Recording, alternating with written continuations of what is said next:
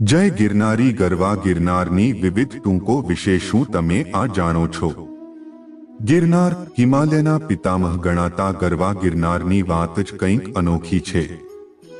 આ ગિરનાર વિશે તમે ઘણી બધી માહિતી ધરાવતા હશો જ, ખરું ને?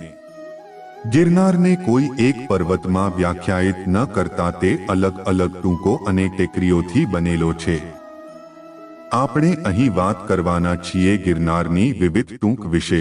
તો ચાલો જાણીએ પ્રથમ 3 ટૂંક વિશે. અંબાજી મંદિર ગિરનારની તળેટીથી અંદાજે 5500 પગથિયા ચડીને જગતજનની અંબાજી માતાના મંદિરે પહોંચી શકાય છે. આ અંબાજી મંદિર સમુદ્રની સપાટીથી 3300 ફૂટની ઊંચાઈએ સ્થિત છે. અહીંયા આપણને માતાજીના મુખારવિંદના દર્શન થાય છે. પુરાતત્વવિદોના મતાનુસાર આ મંદિર ગુપ્તકાળ દરમિયાન બંધાયેલું હોવાની માન્યતા છે. ગિરનાર મહાત્મ્યમાં એવું પણ વર્ણન છે કે ભગવાન વિષ્ણુના એક અવતાર એટલે ભગવાન વામનજીએ અહીંયામાં અંબાની સ્તુતિ કરી હતી. આ મંદિરનું બાંધકામ તળેટીમાં આવેલા દામોદર કુંડના બાંધકામથી મળતું આવતું હોય એવું જણાય. વિદ્વાનો માને છે કે આ મંદિરનો જીર્ણોદ્ધાર 15મી સદીમાં થયો હતો. આ મંદિરને લોકો ગિરનારી માતાના મંદિર તરીકે પણ ઓળખે છે. ખાસ કરીને જૈનો, શૈવો અને વૈષ્ણવો અંબાજી માતા પર અતૂટ શ્રદ્ધા ધરાવે છે. મંદિરની બહારની બાજુએથી ઉત્તર દિશામાં આપણને હસનાપુર ડેમ, ની મઢી, માળવેલાની ઘોડી તરફ જવાનો વિસ્તાર, દૂર ભાદર નદી પરનો બંધ અહીંથી દ્રશ્યમાન થાય છે.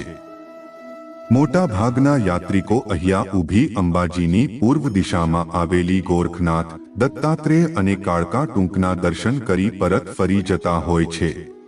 ગોરખનાથ ટૂંક અંબાજીથી દક્ષિણ દિશામાં ચાલતા આગળ ગુરુ ગોરખનાથજીની ટૂંક આવે છે. તે ગિરનારની બધી જ ટૂંકોમાંની સૌથી ઊંચી ટૂંક છે. ગોરખનાથજી નાથ સંપ્રદાયના મુખ્ય પ્રચારક અને ગુરુ દત્તાત્રેયના પરમ ઉપાસક હતા. આ જગ્યાએ ગોરખનાથજીએ રાજા ભૃતુહરી, રાજા ગોપીચંદ, નવનાથ અને 84 સિદ્ધોને ઉપદેશ આપ્યો હતો.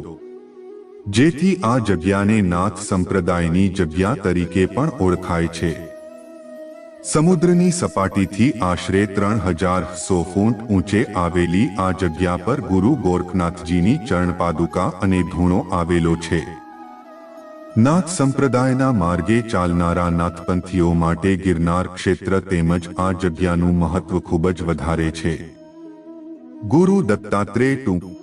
આમ જોતા તો ગુરુ ગોરખનાથજીની ટૂંક સૌથી ઊંચી છે, પરંતુ દત્તાત્રેય ટૂંકનું સીધું ચઢાણ ખૂબ જ કપરું અને અઘરું છે.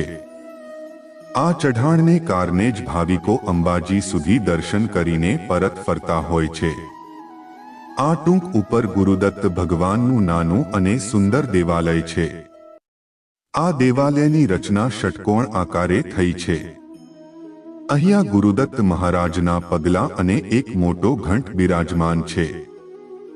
ગુરુદત્ત ભગવાનને નાથ સંપ્રદાયના આદિગુરુ માનવામાં આવે છે. શાસ્ત્રોના મત મુજબ ગુરુદત્ત મહારાજે ભગવાન વિષ્ણુનું જ એક સ્વરૂપ છે. અહીં દર પૂનમે કેટલાય ભક્તો મનમાં શ્રદ્ધા લઈને દર્શને આવે છે. મિત્રો, તમને આ મારી વિડીયો ગમ્યો હોય તો કોમેન્ટમાં જય ગિરનારી લખવાનું ભૂલતા નહીં. જય ગિરનારી આવા નવા વિડીયો જોવા માટે અમારી ચેનલને સબસ્ક્રાઇબ કરો.